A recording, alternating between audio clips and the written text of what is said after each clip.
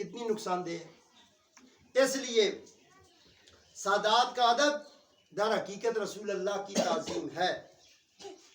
قرآن کیا کہتا ہے؟ وَعَمِلُوا الصَّالِحَاتِ وَتَوَاصَوْا بِالْحَقِّ وَتَوَاصَوْا بِالصَّبْرِ،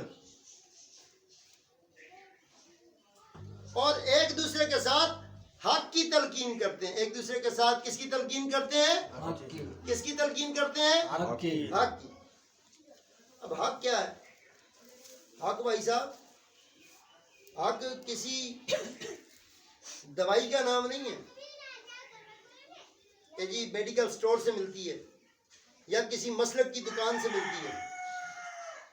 حق اس کو کہتے ہیں اللہ حق ہے، بولو سبحان اللہ۔ سبحان اللہ۔ اونچا بولو، اللہ حق ہے، بولو سبحان سبحان اللہ۔ اللہ۔ رسول اللہ حق ہے، بولو سبحان اللہ۔ رسول اللہ حق ہے، بولو سبحان اللہ۔ حضور کی اولاد حق ہے، بولو سبحان اللہ۔ سبحان اللہ۔ اب یہ ہم تو نہیں کہتے، یہ میرے نبی نے فرمایا۔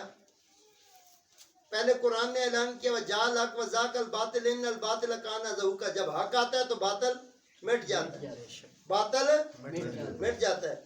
اور حق کیا ہے؟ الحق مع علی وعلی مع الحق، حق علی کے ساتھ ہے اور علی حق کے ساتھ ہے، بولو سبحان